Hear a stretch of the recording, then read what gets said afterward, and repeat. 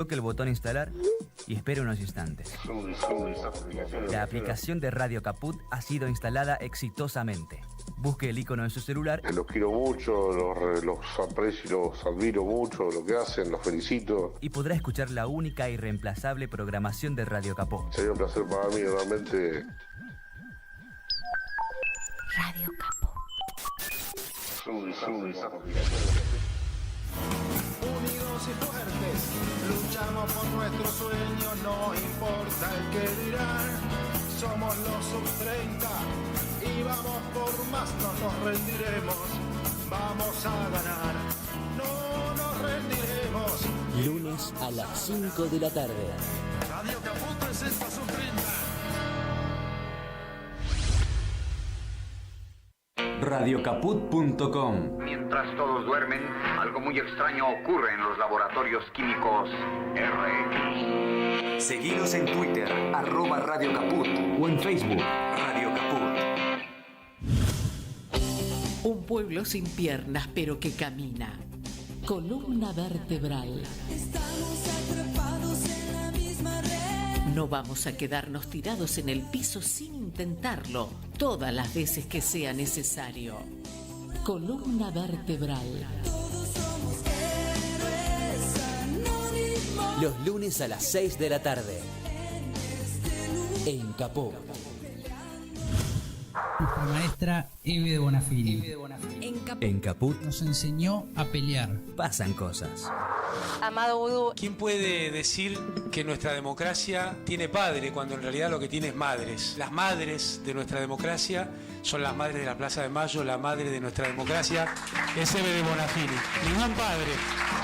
Dora Barrancos. Ella era muy barroca. Creo que había una onda, una ternura.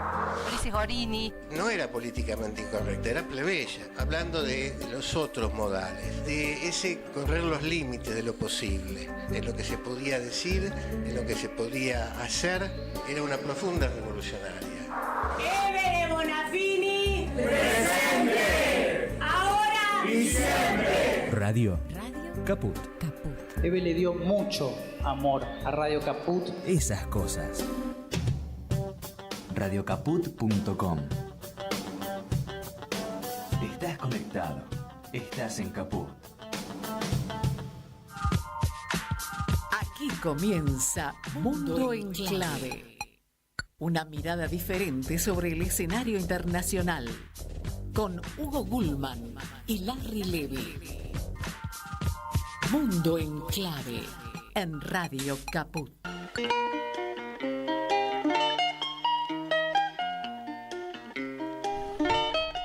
Hola, ¿qué tal?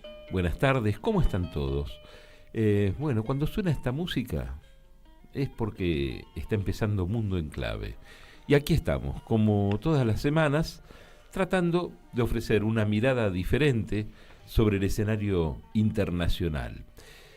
Acompañado por Larry Levy, como siempre. Mi nombre es Hugo Gulman. Larry, ¿cómo estás? Bien, ¿cómo estás, Hugo? ¿Qué decís? Bien, con Martín Loza en los controles.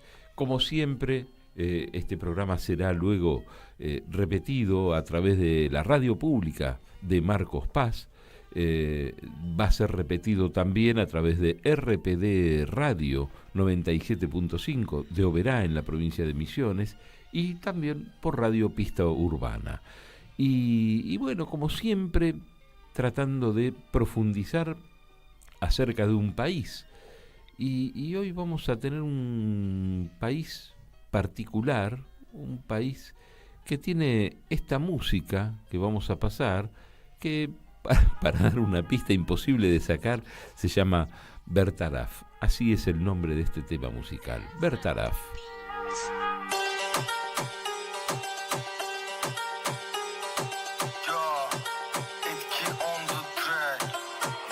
Yaşıyoruz ella, ella, şadi çal bella. Tehdit mi edelim lan illa? Seni gidi seni manitana kızıp bize oluyor alemdar. Lindo ritmo, ¿no, Larry? Interesante, raro. Lindo, sí, raro, sí, raro, sí, sí. raro. Esto, bueno, ellos lo califican como hip hop, puede ser, ¿no? Pero fíjate cómo hay determinados instrumentos ahí sonando diferentes de los que suenan en otras regiones. Neredesin be oğlum? 3'ten beri arıyoruz, hiçbir yerde yoksun. Kuzen, duymamışım ne oldu? En este trío que estamos haciendo este programa, Larry, Martín Loza y yo, el que es músico es Martín, así que él tendría que estar acá sentado con nosotros haciendo el comentario sobre la comentando música, acerca de esta música. Le podemos ¿no? habilitar un micrófono, ¿no? Tendría que ser.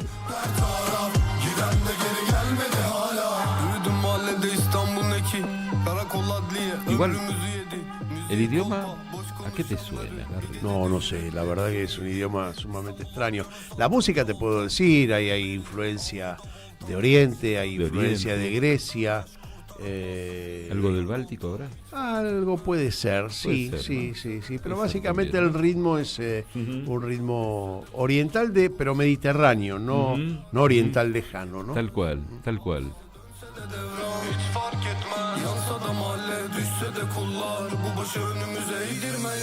A mí me gusta esta música, música.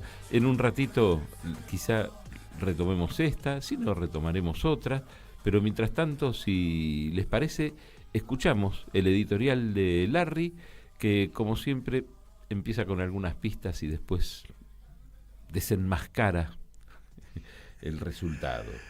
Vos sabés que la definición de la geopolítica dice que es un método de estudio de la política exterior para poder entender, explicar y así poder predecir el comportamiento político internacional a través de variables, geografías, políticas, étnicas, económicas, históricas y otros factores que inciden en la conducta de las sociedades que finalmente determinan la política exterior de cada país o región.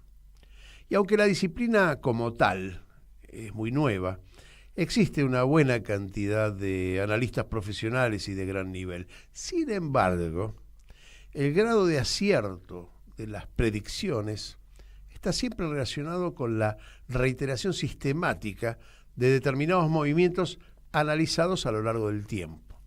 Pero ¿qué pasa cuando las variables tienen un comportamiento errático, poco habitual, o se producen de manera radicalmente distinta a lo conocido, a lo habitual?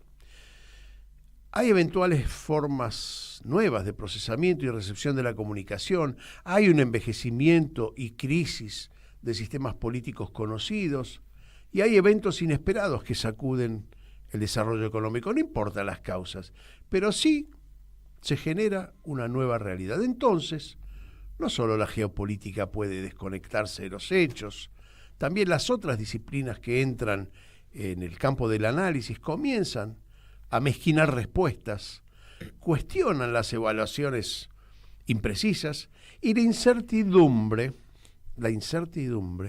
comienza a ganar espacio en todos los ámbitos, incluyendo el académico.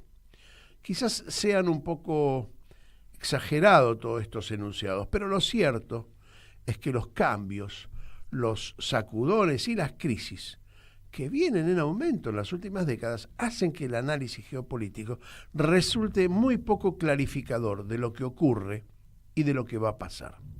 A pesar de todo esto, de todo este panorama, no podemos ni debemos renunciar a revisar los hechos y sus consecuencias. Por eso hoy nos vamos a los Balcanes, más precisamente a Serbia.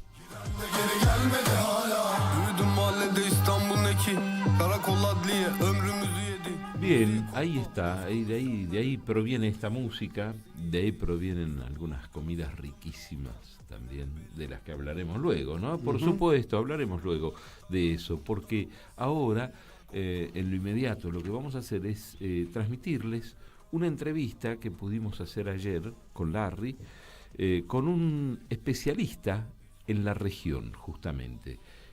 Con él en alguna oportunidad hemos hablado sobre Albania. Sí. Justamente. Y él conoce muy bien, profundamente toda esa zona, que es conflictiva y muy poco conocida acá, porque cuando hablamos de los Balcanes se nos ocurre mencionar la guerra de los Balcanes, pero no sabemos muy bien qué pasó ahí. Sí, es cierto.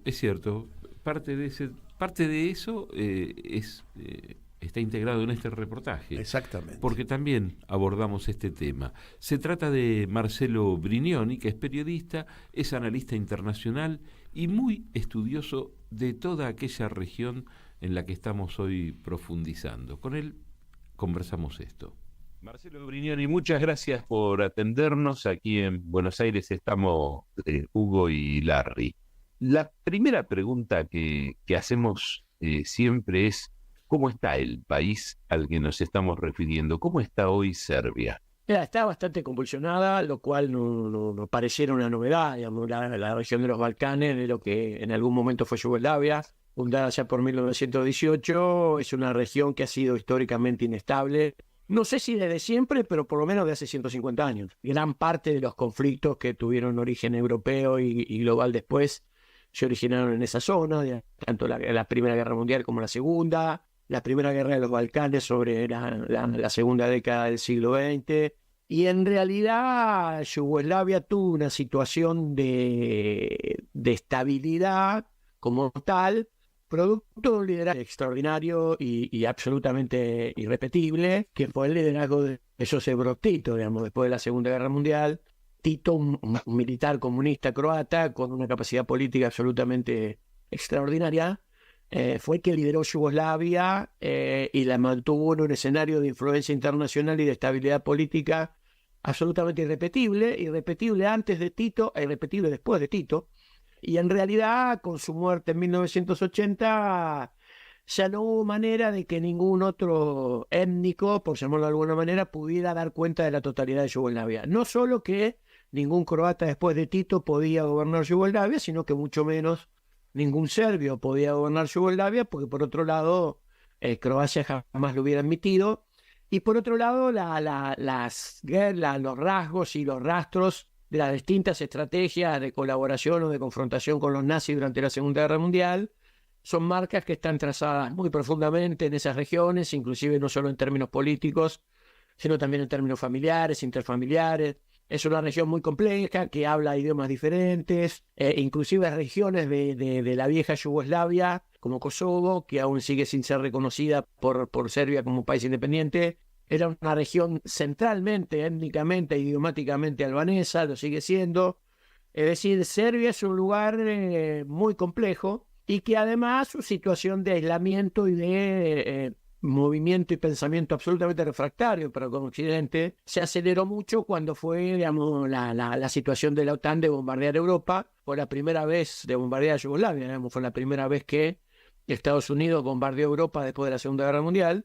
Y eso no solo provocó el desmembramiento de una Yugoslavia unificada en 7 nuevos países, sino que además provocó un profundo sentimiento antinorteamericanos en Serbia, que se mantiene hasta nuestros días y que inclusive más allá del pedido de distintos gobiernos serbios ratificados por el actual presidente Vučić de ingresar a la Unión Europea, es un proceso que desde el punto de vista político medio que está sostenido por la dirigencia política serbia, pero en el marco de todas las encuestas populares con las que vos podés observarte, los serbios se sienten mucho más euroasiáticos que europeos, y ese es el problema principal que tiene la Unión Europea, que es la cercanía afectiva, ideológica, histórica de Serbia con la Federación Rusa, ¿no?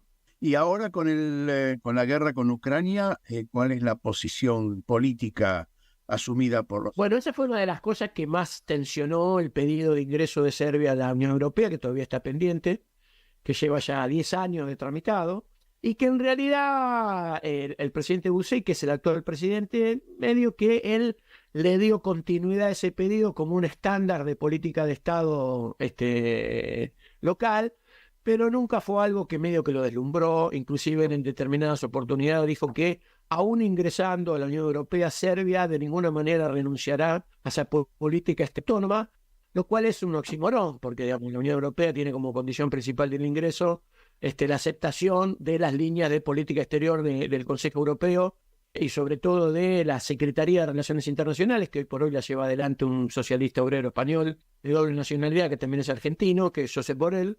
Y en realidad no pareciera, si bien estuvo hace poco el comisario de integración de la Unión Europea estuvo en Belgrado, sobre todo muy preocupado por la reciente visita de Xi Jinping a Belgrado, pero Serbia no solo no se plegó a las sanciones o al pedido de sanciones para con la Federación Rusa por el episodio de la guerra en Ucrania, sino que además hizo montones de gestos de amistad con Federación Rusa, montones de gestos de amistad con BRICS y profundizó mucho sus relaciones político-comerciales, tanto con China como con la India, con la particularidad de que inclusive en una situación bastante poco habitual, bastante sorpresiva, Xi Jinping estuvo en Belgrado hace no más de 15 días. Bueno, comentabas el vínculo con Kosovo que sigue aún en conflicto, ¿no?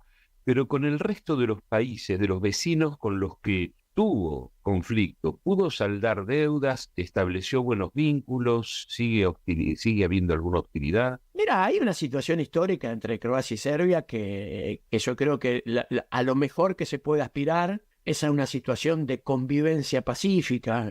Hay centenares de años, de siglos de conflictividades, de acusaciones mutuas, y da la impresión que no tiene posibilidad de transformarse en una cosa de buena vecindad, sí, de tolerancia mutua, salvando las distancias, algo parecido a los Azerbaiyán y Armenia, que pueden convivir, pero que claramente tienen niveles de conflictividad y que inclusive de disputas territoriales que son muy difíciles de resolver en un marco de amistad definitiva.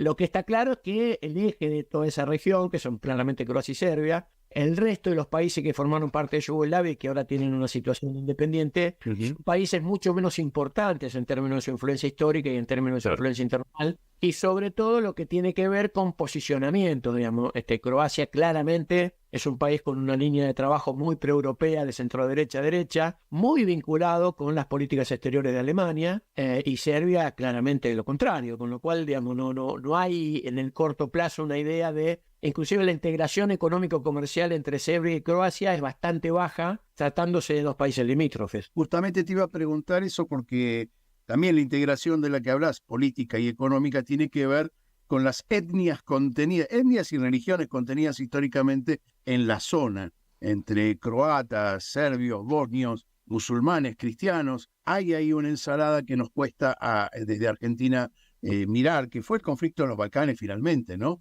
Concepciones de territorio, concepciones de pueblo y concepciones de Estado diferentes. ¿Cómo es la composición étnica de Serbia?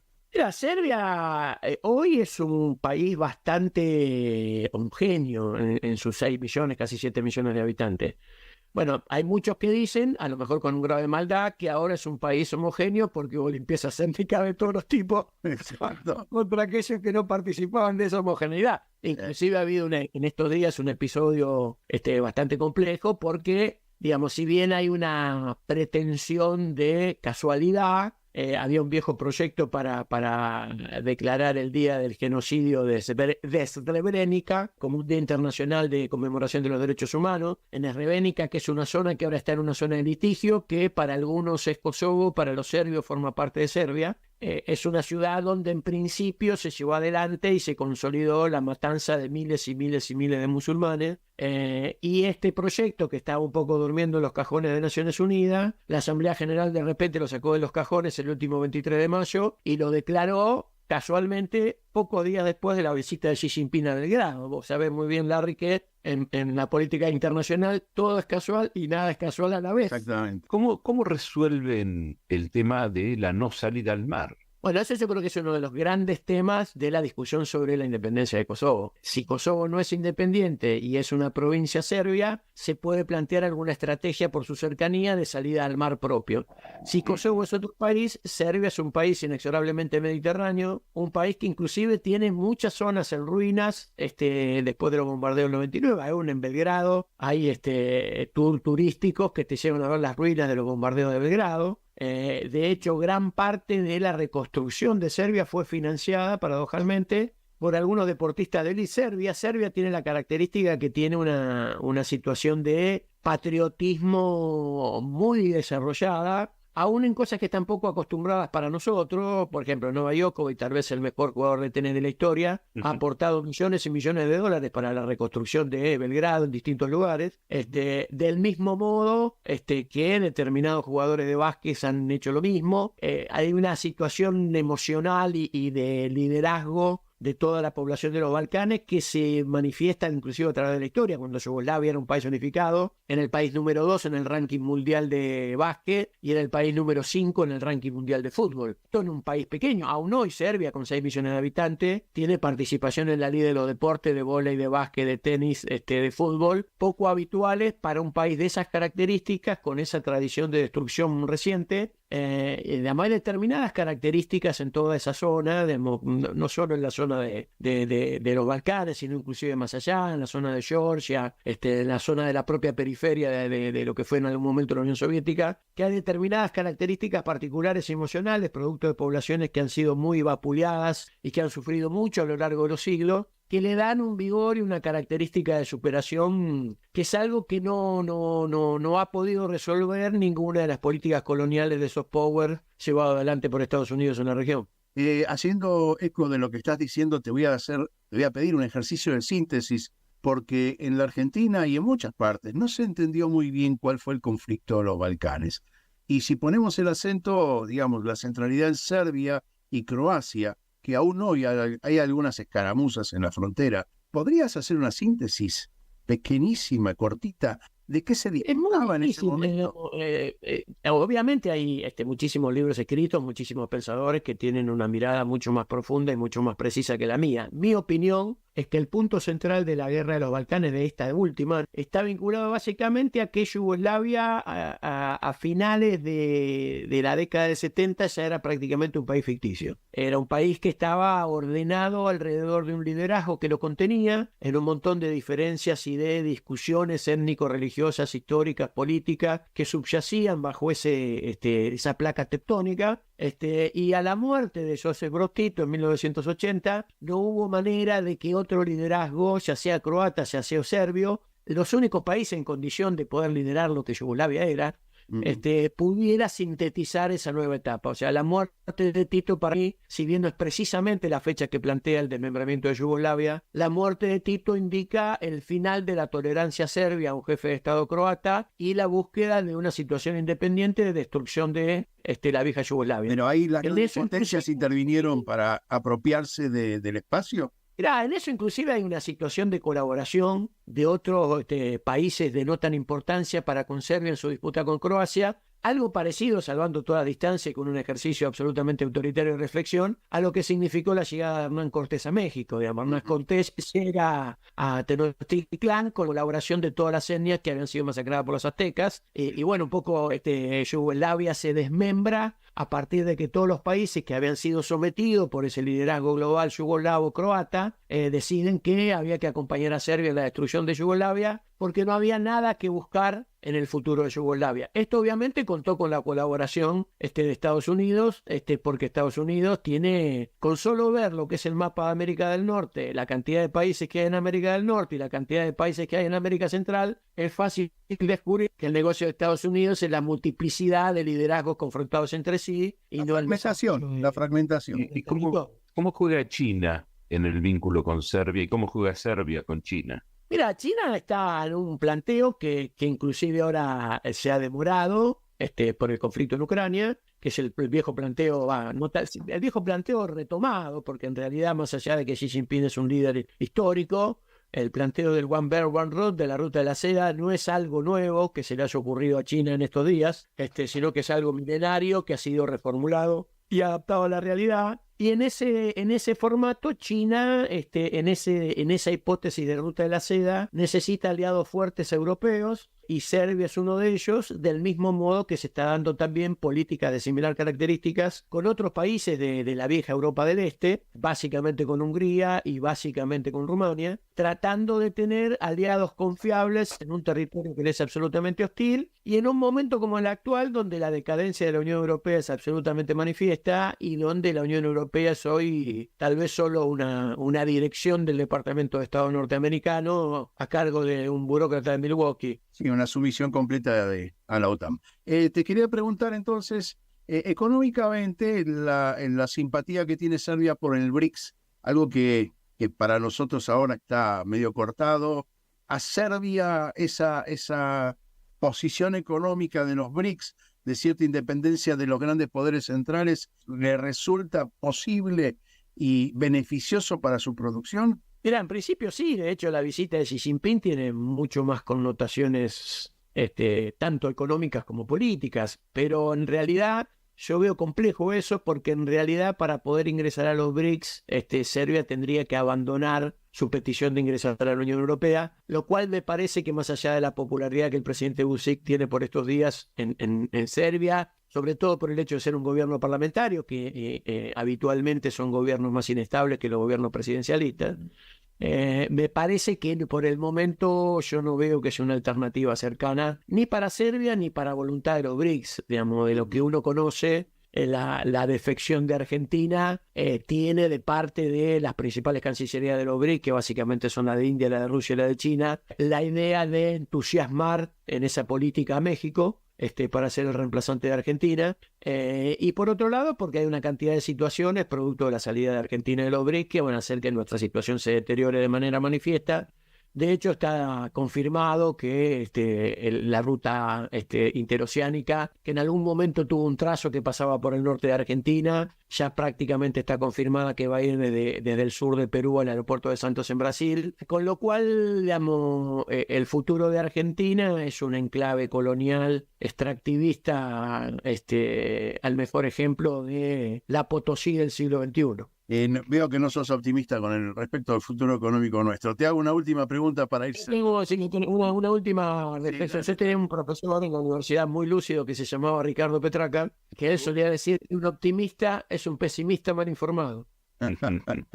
Bueno, contemos con que estés mal informado. Te iba a hacer una última pregunta y que tiene que ver con la actualidad. ¿Cuál es la posición de Serbia con respecto al conflicto en Medio Oriente? Mira, Serbia está en una posición bastante parecida a la que está Rusia. En los grandes temas geopolíticos, Serbia suele tener posiciones similares a las rusas. No tan explícitas, de hecho, Serbia no apoya a Rusia explícitamente en el conflicto de Ucrania, pero tampoco condena la situación de Rusia en Ucrania, ni ha hecho ningún pronunciamiento de sanciones de ningún tipo para con Rusia por el conflicto en Ucrania. La situación de Medio Oriente es una situación que claramente está en caída libre, sobre todo para el gobierno de Netanyahu, que está en una situación de crisis interna absolutamente difícil de resolver. Y me parece que claramente ha habido 2 o 3 liderazgos occidentales que se han movido con mucha astucia. Principalmente en esa línea lo coloco a Pedro Sánchez. Pedro Sánchez, en mi opinión, es hoy el líder más importante, más astuto políticamente y de mayor proyección política que tiene la Unión Europea.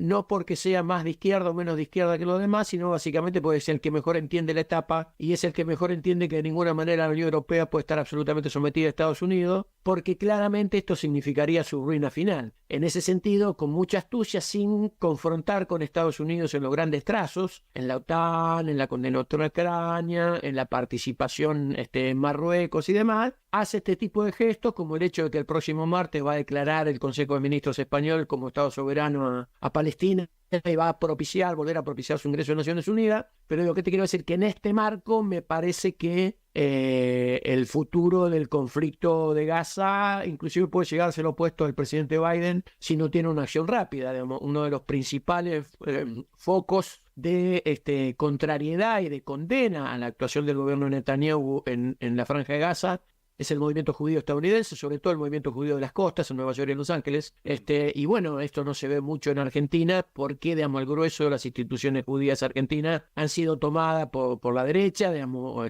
sobre todo por el Lubavitch. Pero me parece que claramente los intelectuales más lúcidos del movimiento judío, inclusive esto se refleja en diarios como el Haaretz, que supongo ustedes conocen, dan cuenta que la política llevada adelante por Netanyahu es un boomerang que va a terminar con un movimiento global antisemita de magnitudes muy peligrosas para la propia supervivencia del pueblo judío. Marcelo, te agradecemos muchísimo este contacto con Mundo en Clave. Te mandamos un abrazo grande. Y mis felicitaciones por llevar adelante un programa de estas características tan necesario, porque como decía un viejo líder argentino que fue bastante importante en el siglo XX, lo único relevante es la política internacional y casi todo lo demás es solo alumbrado, barrido y limpieza. Creo que se lo va a Perón. Gracias, Marcelo. Bueno, ahí ese fue el final del diálogo con Marcelo Brignoni, analista internacional, periodista. Después de la pausa vamos a charlar un poquito un poco más sobre Serbia, otros temas, y analizaron algo de lo que conversamos también con Marcelo Brignoni. Enseguida volvemos con más Mundo en Clave, siempre en Caput. Mandanos un WhatsApp. Mandanos Sarasa y Noticias. 11 65 16 44 46. Un pueblo sin piernas pero que camina. Columna vertebral. Estamos atrapados en la misma red. No vamos a quedarnos tirados en el piso sin intentarlo todas las veces que sea necesario. Columna vertebral. Todos somos héroes anónimos. Los lunes a las 6 de la tarde. En Capó. En Morón, 40.000 vecinos y vecinas ya están conectados al centro de monitoreo a través de su celular. Súmate a Ojos en Alerta al 11 55 85 1000 y descarga Morón Alerta desde Play Store. Municipio de Morón, corazón del oeste.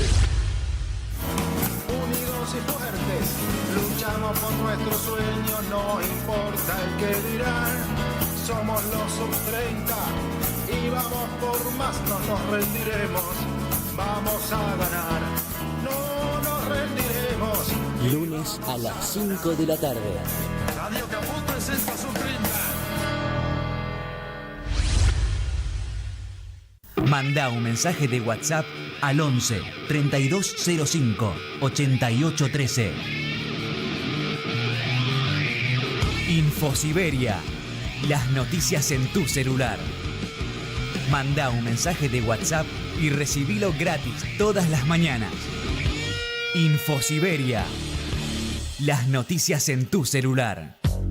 Seguimos con otra vuelta al Mundo en Clave.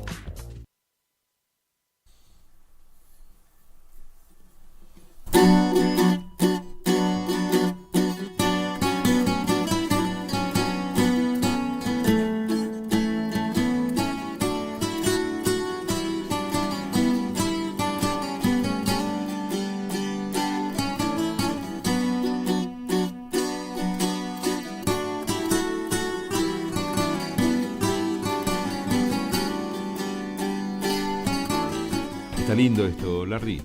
Parece muy tradicional. Sí.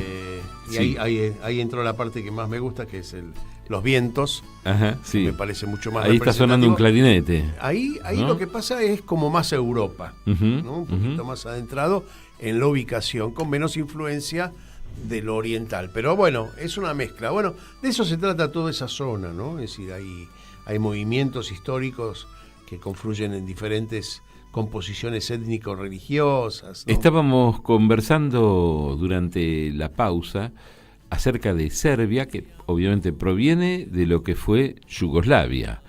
Pero, Larry, contale a la audiencia cómo estaba compuesto Yugoslavia, porque en algún momento Marcelo Brignoni decía, es un no país, ¿no? Claro. Lo definió. Sí. Claro, es una... A ver, surge Yugoslavia como una consecuencia de la Unión Soviética. Y se unen un montón de lugares que no eran lugares, países que no eran países o estaban en camino y fueron unificados bajo la órbita de Tito, ¿no? Del mariscal Tito. Del mariscal Tito, Sí. Que era un tipo con mucha presencia, con mucha personalidad, bastante dictador, entre comillas, y se mantenía el país unido en función de lo que él dictaminaba, que era un no país en realidad. Un ¿sí? no país, De todas tal maneras, hay que tener en cuenta que Tito también se opuso a la Unión Soviética en algún momento determinado, y ahí comienza a haber una tensión con Moscú, que también determinó la caminata hacia la independencia. Bueno, esa independencia, después de caída de la Unión Soviética y muerto Tito 10 años antes de la caída de la Unión Soviética, a la descomposición, a la fragmentación de toda esa zona, donde vuelven cada uno a reclamar, de acuerdo a su pertenencia tanto étnica como religiosa, vuelven a reclamar su independencia, ¿no? Porque estaba integrada Yugoslavia por 6 regiones diferentes, de las cuales algunas eran muy pequeñas, como Macedonia, como Montenegro. Kosovo en sí mismo no logró nunca la independencia. Hoy en día pertenece a Serbia. Serbia no reconoce su independencia, Kosovo la sigue reclamando, pero bueno, ya lo dijo Marcelo en la declaración. Si Kosovo y Serbia se abren, si obtiene Kosovo su independencia, es muy poco probable que Serbia tenga salida al mar, ¿no? Es decir, y eso es determinante en esa puja. ¿Cómo va a terminar? No lo sabemos, ¿sí? Pero sigue habiendo tensión. Bueno, y recordemos que hubo después la famosa guerra de los Balcanes, que tiene que ver con todo esto, ¿no? Con la fragmentación y el aprovechamiento internacional de esa fragmentación, porque vamos a decirlo, yo de alguna manera algo sugirió Marcelo, pero no nos olvidemos que cada uno de los grupos se buscó, cierta manera, un patronazgo internacional en los grandes poderes, como para poder determinar el peso de esa guerra de los Balcanes, ¿sí? Hubo intervenciones internacionales que fueron muy desgraciadas, y bueno, y ahí hubo una gran limpieza étnica de musulmanes sobre todo, ¿no? Bueno, y eso tuvo lo que decía Marcelo, ¿no? Ahora es muy homogéneo Serbia porque han limpiado étnicamente lo que no era Serbia. Claro. De alguna manera así se definió. Todavía sigue habiendo tensiones. Es muy interesante esto. Bueno, yo te cuento que si hoy estuviera en Serbia, con este frío que está haciendo... ¿Qué comerías? Y, por ejemplo, un pungena páprica, ¿no? Pungena páprica. Páprica, la traducción de páprica, que se utiliza en muchos países, páprica, ¿no? Es pimiento, en realidad es el pimiento el páprica. Y pungena significa relleno. Bueno, vos sabés que yo tuve ocasión de... Como pasa con muchas comidas, son... típicas de un lugar, de otro, que generalmente se autoatribuyen el invento, pero siempre están conectados con algo. Están, sí. Vos me nombraste, antes de entrar al aire, alguna comida que incluía, no sé si era esta, con papa. Y la papa... Era otra. Sí. Bueno, la papa es transversal en toda Europa porque en la época de la hambruna europea, lo único que había para comer y más barato era la papa. Claro. Entonces vas a encontrar papa en 10 millones de formas diferentes de cocinarse, ¿no? Bueno, después te cuento cuál sería un plato típico con papa allí, ¿no? Porque es interesante. Por ahí no tan interesante para vos que no te gusta el agridulce, pero el pungena páprica, por ejemplo, que serían los pimientos rellenos, los probé hechos, pero a la húngara, que por lo que leía tiene más o menos una preparación. ¿En Hungría? No, pero tuve una... ¿En Serbia entonces? No, tuve una suegra rumana casada con un suegro que tuve que era húngaro. ¿Tuviste más de un suegro y una suegra? Y algunos más, algunos más, pero no estamos hablando de mi vida privada aquí. Estamos en mundo en clave. Bueno, pero para entender el mundo hay que entender a la suegra, dice. Y el páprica, volviendo a temas menos conflictivos, está preparado, se le sacan todas las partecitas de dentro, de las semillas y todo. Después la parte de las semillas a las que se le hizo un cortecito va a ser usado como tapita, por supuesto, ¿no? Pero adentro se lo rellena con arroz y con carne picada. Y se lo cocina en una salsa que tiene un dejo agridulce y es bastante espesa. Y es muy, muy rica con buenos condimentos, obviamente, allí, ¿no? Uno de los condimentos que lleva justamente es el páprica, que profundiza mucho, acentúa el sabor, ¿no? Y da color, porque generalmente es un condimento de color. Así que, bueno, esa es una. Después te hablo de esas papitas que vos aludías. Ajá.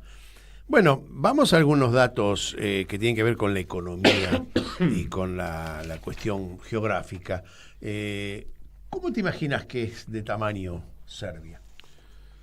Y yo me lo imagino muy chiquito, porque si Yugoslavia era un país chico en su momento y que luego con la perestroika fue dividido en 6 países diferentes, me imagino que debe ser algo mucho, mucho más chico que alguna, o comparable con alguna provincia nuestra no muy grande, ¿no? 2 provincias te doy, que tienen más o menos la misma superficie que Serbia. Una es San Juan.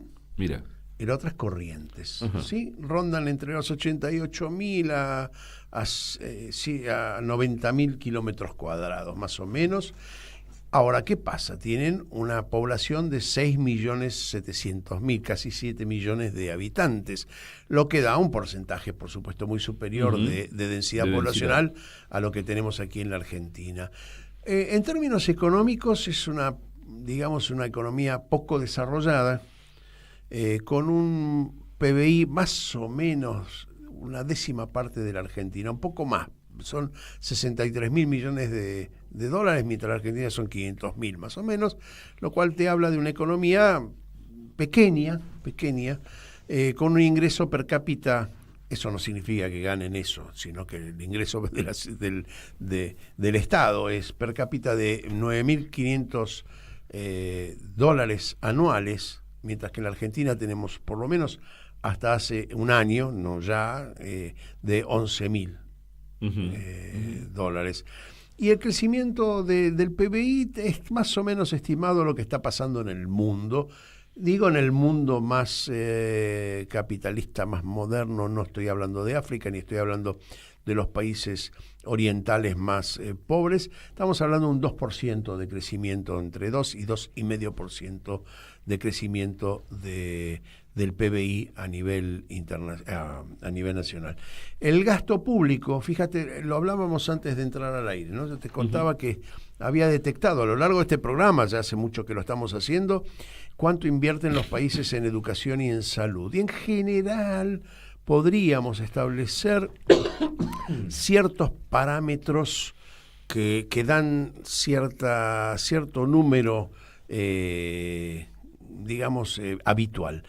El gasto en salud en Serbia es del 4,5%, en la Argentina del 5%. Estamos hablando del PBI, ¿no? Y en educación ellos invierten casi el 10% y nosotros el 9%. Lo cual podemos establecer cierto paralelismo, ¿no? Ahora, la cuestión es la deuda externa. Ellos tienen más o menos 33.000 millones de dólares de deuda externa, mientras nosotros tenemos casi 275.000, casi 300.000 millones de dólares. Ellos tienen comprometido la deuda en porcentual del PBI en el 52%, nosotros en el 55%. Estamos hablando de parejo, algo muy parejo. Eso sí, tienen en este momento un saldo comercial muy deficitario de 10.000 millones de dólares, y nosotros, aunque chiquito para nosotros y para nuestra economía, tenemos un superávit de 10.000 millones de dólares, ¿sí?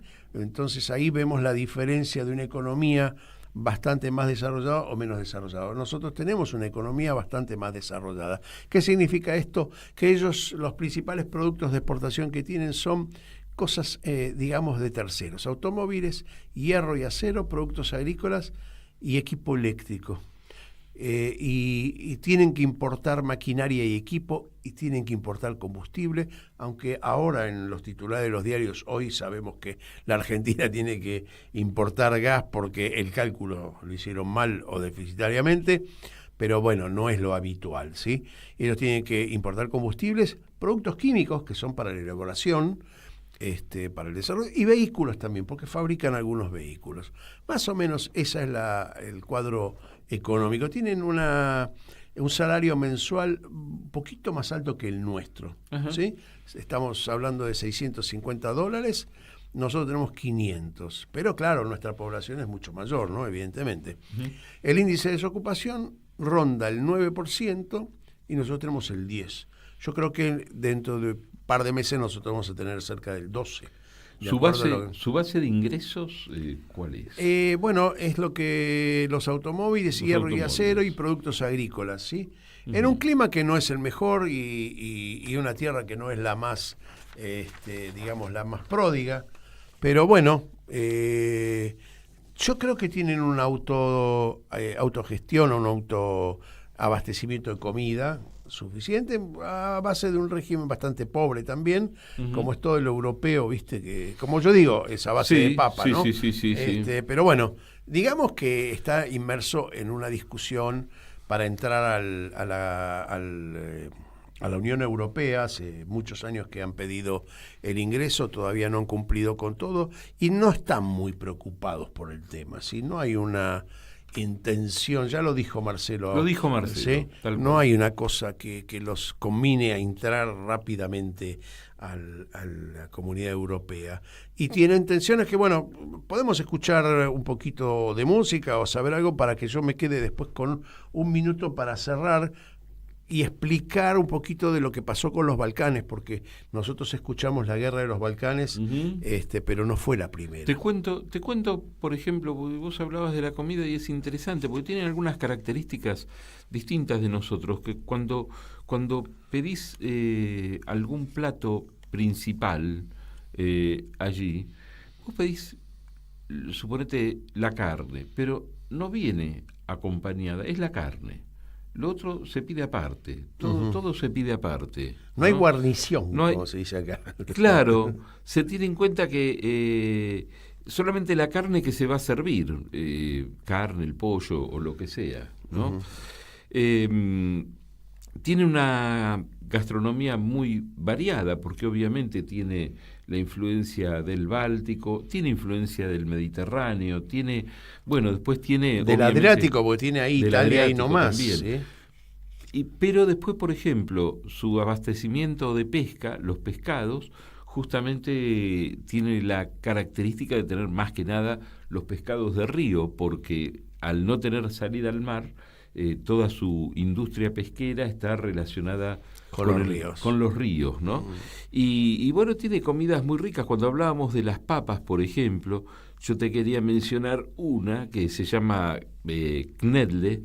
Los knedle son unas albondiguitas hechas de papa, de puré, que tienen un relleno muy particular, porque se los suele rellenar con ciruelas. Y las ciruelas a veces son reemplazadas por otras variantes, que pueden ser frambuesas, pueden ser Nutella en algunos casos, y se venden no solamente en los restaurantes, sino es algo que entiendas lo que aquí sería por ahí pasar por un kiosco y comprarte ahí algunas, ¿no? Y así te las venden, ¿no? Tienen después lugares turísticos muy lindos. Es un destino al que se lo considera desde la industria turística esos BB, bonito y barato, ¿no? Es casi un turismo low cost, y tiene, bueno, también mucha historia. Por ejemplo, en Belgrado, la capital, que es una de las ciudades más antiguas de Europa. Entonces, ahí, por ejemplo, tenés es un lugar de mucha bohemia, es un lugar de mucha cultura, donde se conservan muchos templos, hay mezquitas importantes, sinagogas, hay laberintos de túneles que se pueden recorrer, hay unos búnkers que recorren alrededor de 14 kilómetros de subsuelo de la ciudad, hay fortalezas, ¿no? Se llega hasta el Danubio, o sea, es un lugar muy, muy particular.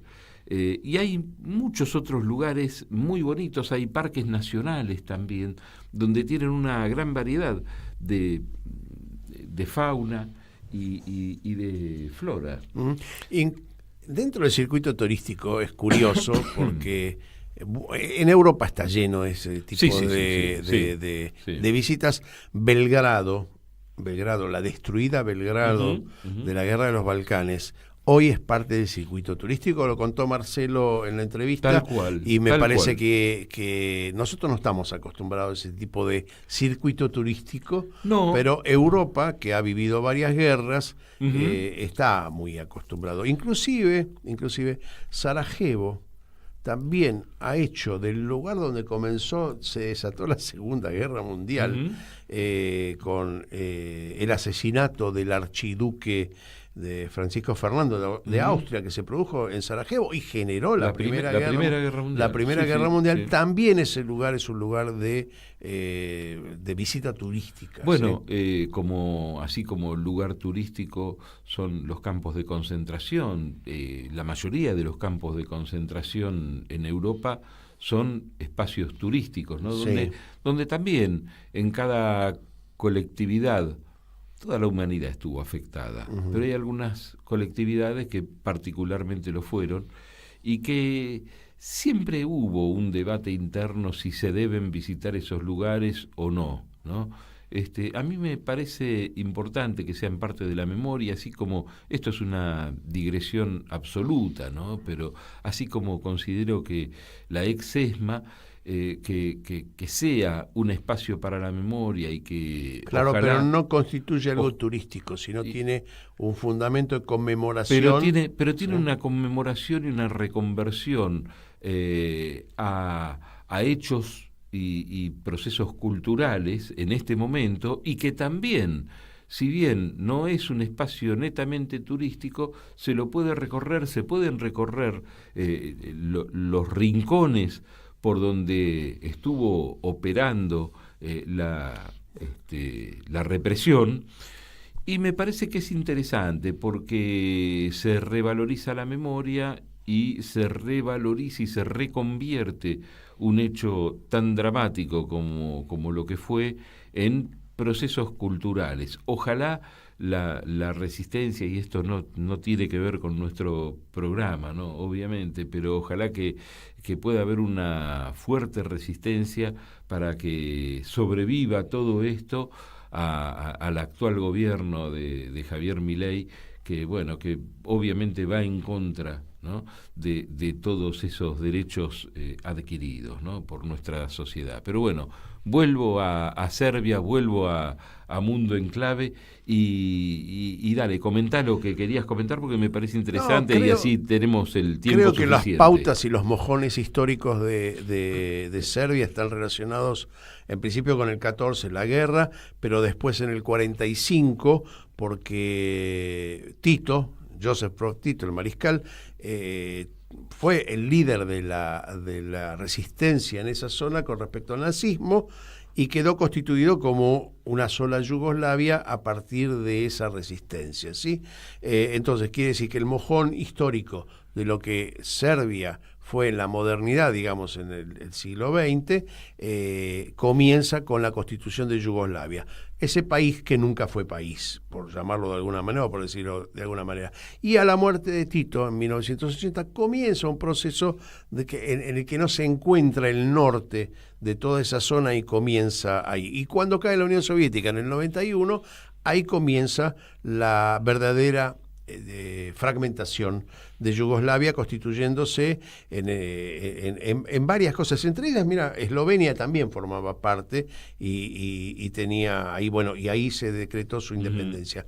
Croacia, Macedonia, Bosnia y Herzegovina, que después fueron parte de crisis, digamos que es una zona sumamente sufrida, porque hubo 3 guerras balcánicas, 3 guerras de los Balcanes durante el siglo XX, o desde en el siglo XX, por lo cual la población está realmente acostumbrada a vivir en una situación de guerra. Recién ahora, después de tantos años, desde 1990 y pico, del 2000 diría yo, se mantiene cierta estabilidad, fuera de algunas escaramuzas y reclamos, y el presente reclamo de Kosovo por su independencia, prácticamente han encontrado cierta estabilidad todos los países de la zona. No hay grandes reclamos, y mantiene esas. Ahora, en el caso de Serbia, al contrario de Croacia, mantienen intereses diferentes con respecto al padrinazgo. Alguien está buscando padrinazgo, aparte los une mucho a Rusia, a los serbios, ¿sí? Los serbios se sienten muy unidos a la historia rusa. Por lo tanto, buscan de algún modo en lo político tener una vinculación o un intercambio mayor con Rusia, del cual compran a quien le compran la parte de la energía, parte de hidrocarburos. En cambio, Croacia tiene una vocación un poco más occidental, por llamarlo de alguna manera, ¿sí? Y eso determina con quién van a comerciar los serbios en el futuro. Hay una intención también de los chinos de aportar a la infraestructura de Serbia que les facilite también, como buscan los chinos históricamente, pavimentar su ruta de la seda, ¿no? Tal cual. Bueno, nos vamos yendo, vamos a poner otro tema musical mientras vamos despidiéndonos. Ahí estamos con un tema que es un folclore serbio. Se llama La Daniva, este tema, y suena muy lindo.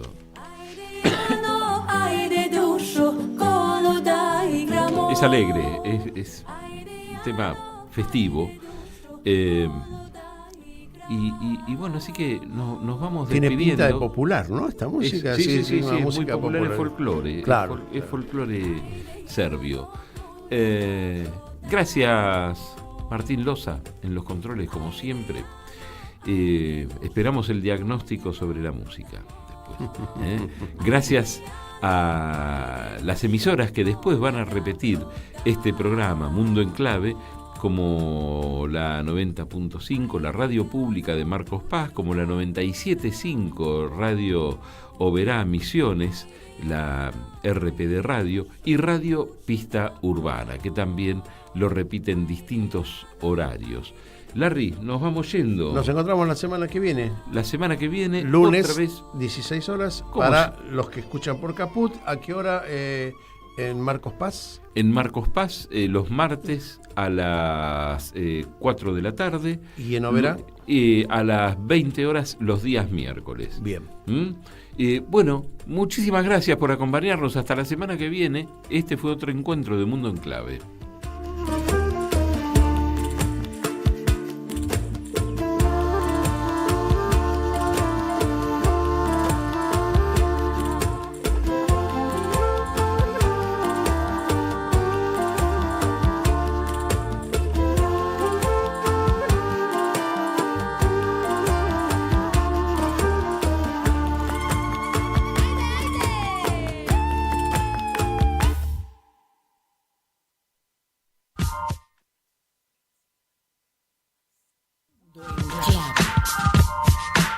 Aquí termina otra edición de Mundo en Clave. En Caput había un viejo. pasan cosas. Dice así: si uno tiene un amor, una muchacha, una cosa que le anda por la piel por todas partes, digamos Buenos Aires, digamos un octubre, un poema, y pasa algo, ocurre que viene el mal, la peste, una desgracia, los cretinos mascadores de chicle, oleadores de todo lo que crece, un yanqui hijo de puta, los cretinos mascadores de chicle, para ser más precisos, a matarlas, un yanqui hijo de puta. Entonces ya no se puede hablar así nomás, es necesario odiarlo, destruirlo, hay que pelear con rabia, encontrar la manera de acabarlo, salirles al encuentro como sea, y además decir, como un rezo, casi obligatorio, yanqui hijo de puta, todos los días, y enseñárselo a los chicos. Radio Caput.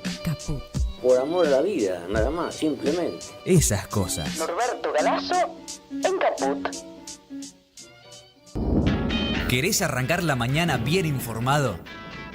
Infosiberia